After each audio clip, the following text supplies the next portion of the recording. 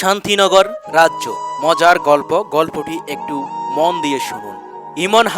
ইমন হাসান গল্পটি আমি টিভিতে কার্টুন হিসেবে দেখছি, সেটা নিজের ভাষায় লিখলাম। ইমন হাসান শান্তিনগর নামের এক রাজ্য, এক রাজা ছিলেন। তার নাম ছিল গোপাল চন্দ্র। প্রজারা তাদের রাজাকে খুবই ভালোবাসত। তারা তাদের দয়ালু রাজার আচরণ ও শাসনে সন্তুষ্ট ছিল। হঠাৎ একদিন রাজ্য নেমে এলো দুঃখের কালো ছায়া। জুবাইদার নামের এক বিশাল দৈত্য আক্রমণ করলো রাজ্যের উপর। সে রাজ্যের সব প্রজার গবাদি পশু ও পাখি খেতে লাগলো। সে রাজাকেও সাবধান করলো যে যদি তাকে রোজ পশু পাখি খেতে দেওয়া না হয় তবে সে রাজা সব পুরো রাজ্যের প্রজাদের খেয়ে ফেলবে। রাজার কাছে এ খবর শুনে প্রজারা প্রাণ বইয়ে দৈত্যকর প্রতিদিন নিজেদের পশু পাখি এনে দিতে লাগলো। কিন্তু এভাবে আর কতদিন? শেষ যখন প্রজাদের পোষা জীবনের সংখ্যা প্রায় শেষের পথে, তখন রাজা চিন্তায় পড়ে গেলেন। তিনি মন্ত্রীকে বললেন এই সমস্যার সমাধান দিতে। মন্ত্রী অনেক ভেবে চিন্তে একটা উপায় বাইর করলেন। মহারাজ, চলুন দেশে দেশে ডেরা পিটিয়ে দিই। যে পারবে এই দৈত্যকে বধ করতে তাকে 10,000 স্বর্ণ মুদ্রা দিয়ে পুরস্কৃত করা হবে।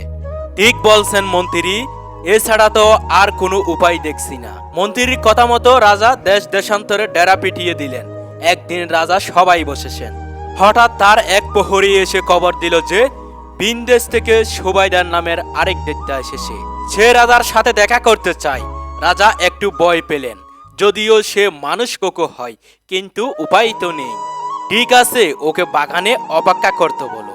রাজা সেই দৈত্যের কাছে গেলেন। আকারে জুবাইদার থেকেও বেশি কিংবা তার সমান। দৈত্য রাজাকে সম্মান জানালো, মহারাজ, আমি ওকে মারতে পারবো। ঠিক আছে, তবে তুমি যে ওকে মারবে তার প্রমাণ স্তর ওর জিভ কেটে আনতে হবে। যা আপনি বলবেন মহারাজ।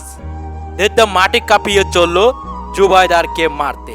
এদিকে রাজার মন্ত্রী ফাতজিল অন্য মতলব। সে রাজাকে বলে ছুটি চেয়ে নিল।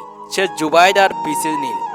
সে পরিকল্পনা করলো যদি জুবাইদার সুবাইদারকে মারে তাহলে সে জিভটা নিয়ে স্পট দিবে আর তাকে 10,000 স্বর্ণ মুদ্রার পাওয়া থেকে ঠগাইকে পিছু নিতে নিতে সে একটা পাকা মাঠে এসে পড়ল।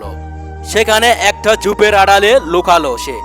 দেখলো সুবাইদার গগন ভিদারি চিৎকার দিচ্ছে, জুবাইদার কোথায় আসিস? বেরিয়ে আয়, আজ তোর মৃত্যু আমার হাতেই হবে। এতক্ষণ চারপাশটা শান্ত ছিল। হঠাৎ মাটি কেঁপে উঠল। দূর থেকে চিৎকার করতে করতে দৌড়ে আসতে লাগলো জুবাইদার।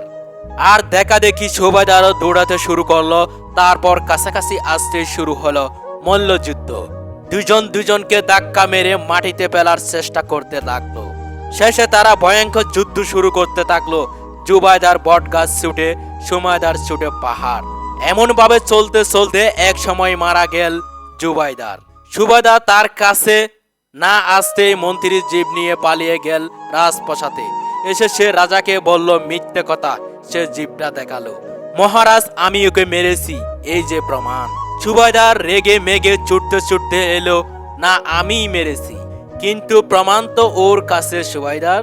ঠিক আছে, হয়ে যাক পরীক্ষা আমাদের মধ্যে। যে পাহাড় ছুটতে পারে সেই ওকে মেরেছে। মন্ত্রী কি আর অত শক্তিধর? তাই সে চুপি চুপি পালানোর চেষ্টা করলো। কিন্তু সবাই তাকে ধরে ফেললো। বাধ্য হয়ে সে সব সত্য বলল। তখনই সবাই জানলো আসল ঘটনা। তারপর মন্ত্রীকে শাস্তি দেওয়া হলো। সুবাইদারও তার পুরস্কার নিয়ে গেল রাজ্য। আবার হয়ে উঠল সুখময়।